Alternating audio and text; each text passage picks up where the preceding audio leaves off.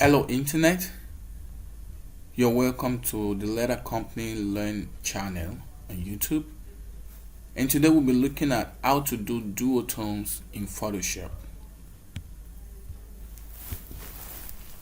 Duotones are really nice effects that you can do in Photoshop. They can add some level of class and ingenuity to your work when you use them, and our clients appreciate them very much. So we come to this is Photoshop, and this video assume that you have an understanding of how to use Photoshop, or at least basic working knowledge of how to use Photoshop. But even if that's not the case, simply follow along the video, and in no time you begin to you'll be able to catch one or two things, and you'll be able to follow up, even as a beginner. So let's come to File. We select New, because that's how we create new documents in Photoshop. For now, let's select Lighter and Portrait. Orientation, resolution is 300, RGB color space, and let's leave everything else as it is. Alright, so to do a duotone, to convert an image to duotone, of course we need an image. So let's come back to File again. Let's go to Place Linked. Of course, I have a Photoshop course called The Complete Introduction to Photoshop.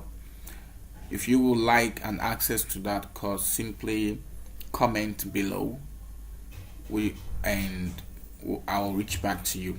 So there's a difference between place embed and place linked, and I've explained it in the course. For now, let's just place linked. So here are pictures I've gotten from Pixabay and Pexel. They are free pictures, so we can use them. So let's select this one. Let's press enter. Oh, good. Looks good, doesn't it? So there are several ways we can do duotone. As a matter of fact, there's a color space in Photoshop when you come to image mode where you can be in duotone, but right now we just want this one layer to be in duotone. So to do that, we add adjustment layers. To do that, come here, and the adjustment layer we're adding is gradient map. So let's add that. Already we're getting a duotone look. Let's change up our gradient. Let's come to purples. I like coming to purple a lot. So let's select this one, and that's it. We have a duotone image of this smiling lady. Let's do another one. Let's hide that, and let's bring in another image right now. I'm gonna go to Place Linked.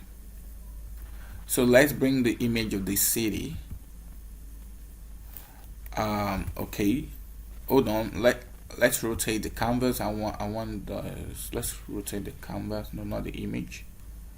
Okay, you know what? Let's do image rotation. That's fine. And then I'm going to select the image itself and Ctrl T on that. I'm going to rotate it back this way, and Ctrl T again. I'm going to scale it up using one of the height or width sliders there.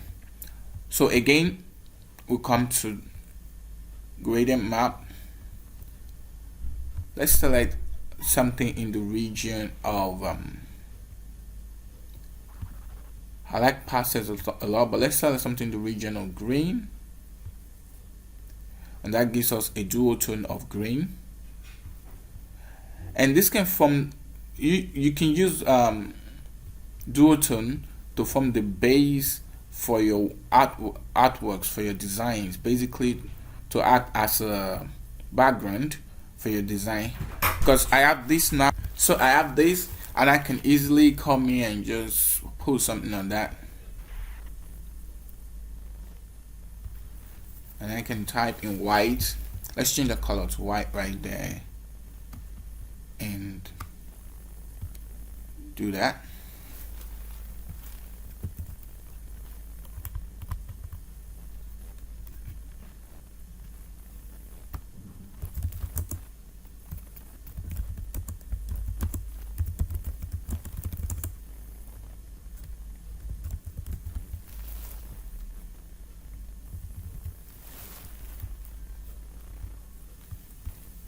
So I'm just gonna make that bigger. To do that, you increase my system is slowing down. I don't know why.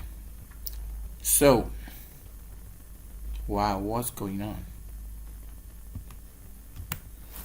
Let's increase the font size there.